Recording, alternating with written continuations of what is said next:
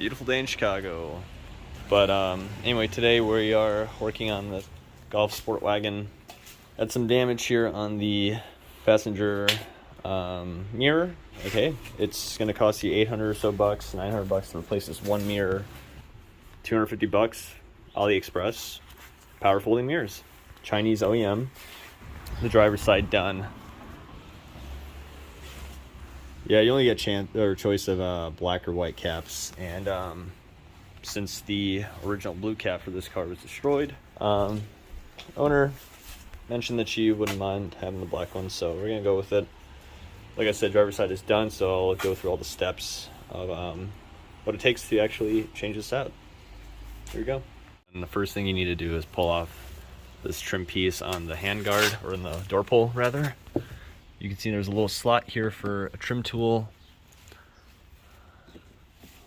Get something in there just to get it started. There's that first click. The rest of it you can just pull right out. Be gentle, of course. There is a screw here, T25, to pull that screw out. You have another one right here. And lastly, at the bottom of the door, you have, that's different. This was definitely a part at some point, so it's a little piece, kind of oval shaped, and you just turn it 90 degrees and it'll release the door where you can pull it out.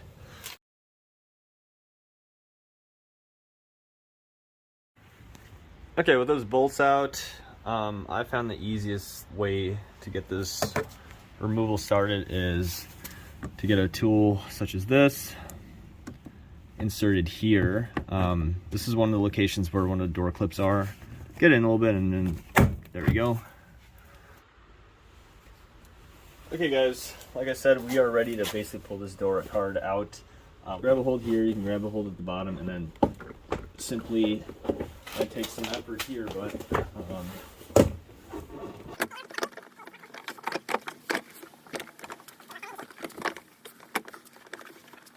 there we go. Leather seals going in. The whole leather seal came with the door. That's one, actually. Get that back into place. At this point, let me identify to you all the different things that we need to disconnect. Push back on this and lift out. Easier said than done. There you go. That's free. You can just let that hang. The next thing you have, where is she? You got this guy here, of course.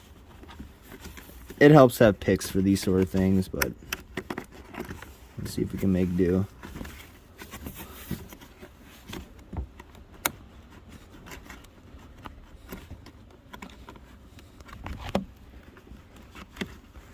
Quite stubborn, of course. Basically, you've got a clip here, clip there, just pry on them, it'll come out. The driver's side, I wish I recorded that part, but the driver's side has the security indicator up here, simple little clip. It's one-sided. Use a pry tool, or rather a pick. Cable pulls right out. Up here, driver's side also has, hope you can see where I'm pointing. Driver's side has the door controls up here. It's like a yellow switch. You just top pick, or from the top like this, press down on it, it'll pull right out. So I'll get a pick to get that one out. This is for your lock unlock. Okay, whatever. I'm sorry, this on the driver's side, this would be for the mirror controls. This is the driver, or the door controls. And then lastly, this one's gonna be tough to really indicate or rather show everyone, but you have that window control switch you got to pull out. So driver's side, a little bit more complex because there's just simply more switches to undo, but really not that bad at all. So let me go ahead and get these out, and I'll show you, I'll give you a view of what that door card looks like from behind to give you some reference. That's exactly what needs to come out. And then we'll talk through what to begin unplugging harness-wise here to start getting this old mirror out. Okay, everyone, so this is the back side of the door card top with all the switches and connections there. This is the bottom window switch. So I was trying to illustrate was right here. If you can see where my pick tool is, this would focus. That's where you want to push with a pick tool, and it will just pop that switch right out. You just pull it out. Same deal right here for the door control switch. Sorry, door control switch right here. And then we had that one that was kind of like the two clips on either side, so you could just use a pick tool to kind of joustle one side than the other. Nope. So one thing you need to do is obviously put the new switch for the mirror controls that has the folding function. To do that, you'll need to pop out, this is the back side of the driver's door card. These white clips here will pop out the main unit. Just go all the way around. Next thing you need to do is the switch will come out this way, so put some pressure on it. And then you have these clips here. See, it's already starting to move. Just kind of pry around until it pops free.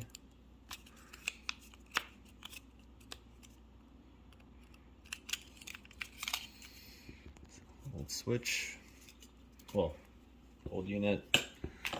Door control switch.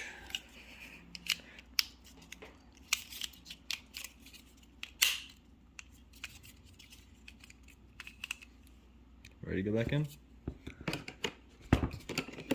Same as before. Make sure the clips are lined up and just give it a good push. Chinese stuff isn't great, but it'll work. There we go. Done.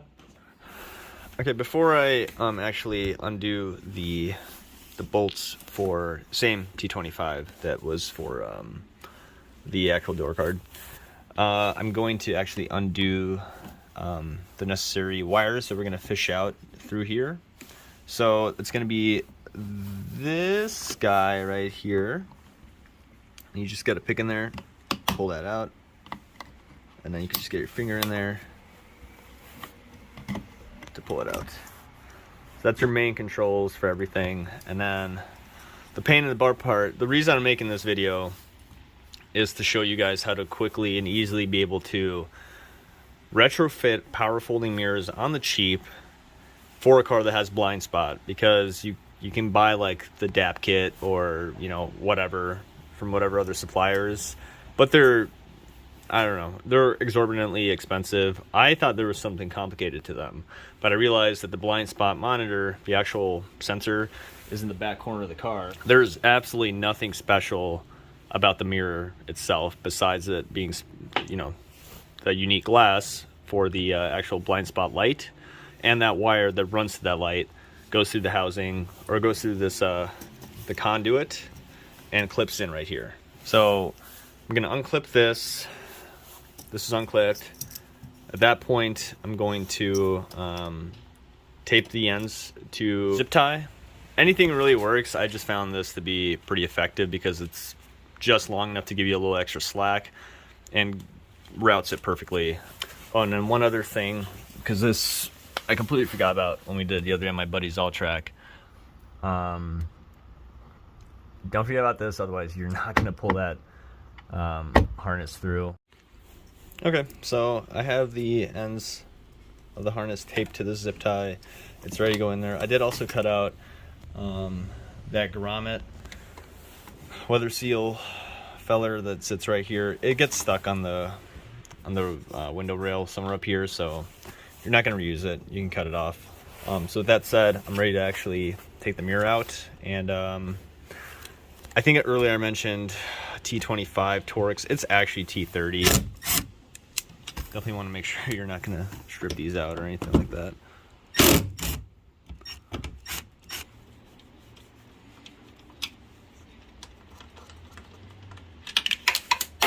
Gone forever. Okay. And then you can start pulling. You might need to actually massage the plugs through here. And like so. Harness goes underneath that whatchamacallit, window rail. See, this is where that grommet would be getting stuck, so that's why I mentioned it'd be worth cutting it out. But you can see now everything is coming out. Just be gentle with the mirror down there, or have someone help you. There's that zip tie, and then it comes out up here. Should be okay to leave in place, but if you want some extra safety, go ahead and tape it, just so it doesn't go anywhere. Awesome neighbor made me a traditional German style breakfast. Delicious. But anywho, we're back here. Jesus, my eyes. Icon lights from Harbor Freight. Win, by the way. So hangs up there. Boom. 3 light settings. Freaking awesome. But anyway, so what we want to do, or conventionally rather, you would want to just remove the mirror cap. I'll show you how to get it off on the replacements, because it is really, really ideal to just disassemble the whole mirror cap, glass out, even like the kind of core support in there, because it's going to make this, getting this guy out of here and into the new one, a whole lot easier. So I'm just going to take a couple minutes to get rid of all this duct tape, but I will insert a clip of just how to take apart the typical mirror cover cap you would find on one of these. Alright, let's see a few. Okay, so with the mirror cap off, what you want to do is, and I'll show you how to take out the glass on the replacement set. This was already kind of off because it broke. This is the blind spot cable. This is what we need to actually pull out through this harness, so that we can fish it through the new harness and retain the blind spot functionality. So you can see it's kind of just like clipped in around here in a few spots. You just gently pull, it'll pop right out. Yes, so heating element, that guy, you know, just pull them right out. See, I'm not gonna be able to do this with one hand, so just remember, blue is always gonna be on the left, red is on the right when you're looking at the back of the mirror or the mirror glass. This you can also just by hand pull out, and then I'll show you the process of exactly what needs to be done, because you do basically have to de-pin these wires from the little clip that clips in. That way it'll allow it to much more easily just pull out through this conduit, and be ready for install in the new one.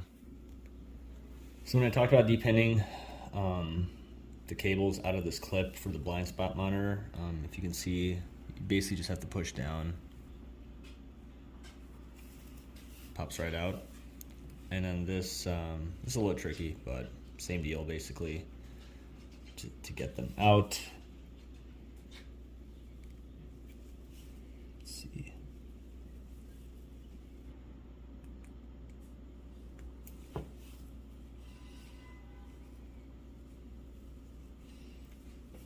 And there's one, two. So now you'll be able to pull this out through that conduit up here.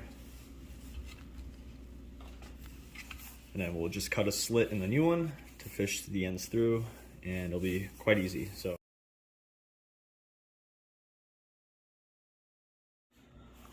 on the other end of the harness that plugs into the actual door, what I'm going to do is basically get rid of all this Tessa tape, cut it back, so I have this wire free. What I did was just cut a slit through here.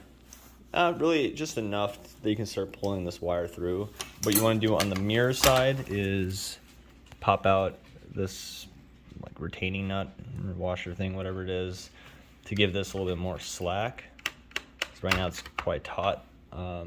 It could help to even try to bust off the zip tie and actually try to feed some wire or some of this conduit through. You could simply by hand feed those wires through in the new unit, and they will pop out right here, where in the new unit I would cut a slit somewhere, like, you know, just along that blue line. The wires will pop out right there, and then you just pull them right through.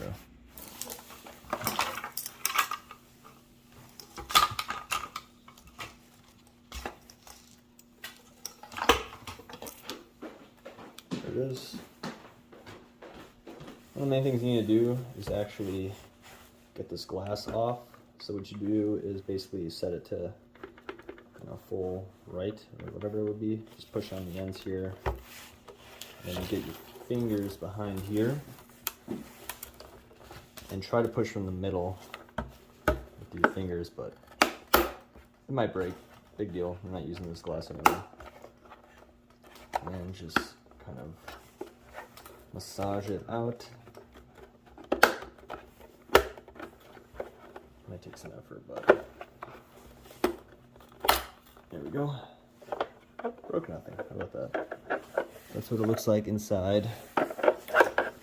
There are your wires to the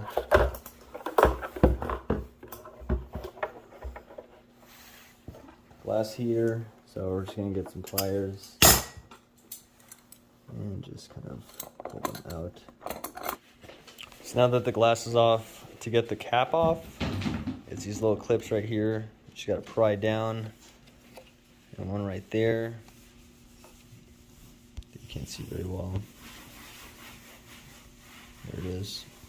So you just pry that down, and it'll take some wiggling back and forth to get off, but it'll come off eventually. Okay, so I've cut the loom, the conduit here, which is where the wires are gonna pop out. With that said, we can actually start fishing the wire through here, this gap I've made. One thing I found is just taping the ends together and coiling it a bit like this. Just gives it a little bit of extra rigidity to kind of like power through. So basically just gonna start feeding this in, and it's a process. Be patient with it. So after some more cutting of this loom here, I was able to get the wire all the way through. Good to go. It was a little stubborn, but I found that if you happen to have some kind of lubricant, definitely helps it go a little easier. As far as length, I would say a little bit longer than this plug here. Should be good enough. So now that this is all good, I'm going to put this bezel back on. Make sure the wires are out here in the middle.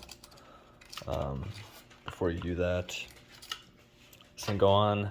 We'll connect everything to the mirror, the actual glass, and get the mirror cap on. I will tape this up too with some of this Testa tape. I'll tape it up, make it look good, make sure it's weatherproofed. Okay, now that the mirror is back in place, everything's connected, we can go ahead and add the mirror cap. So just make sure you start it out aligned there.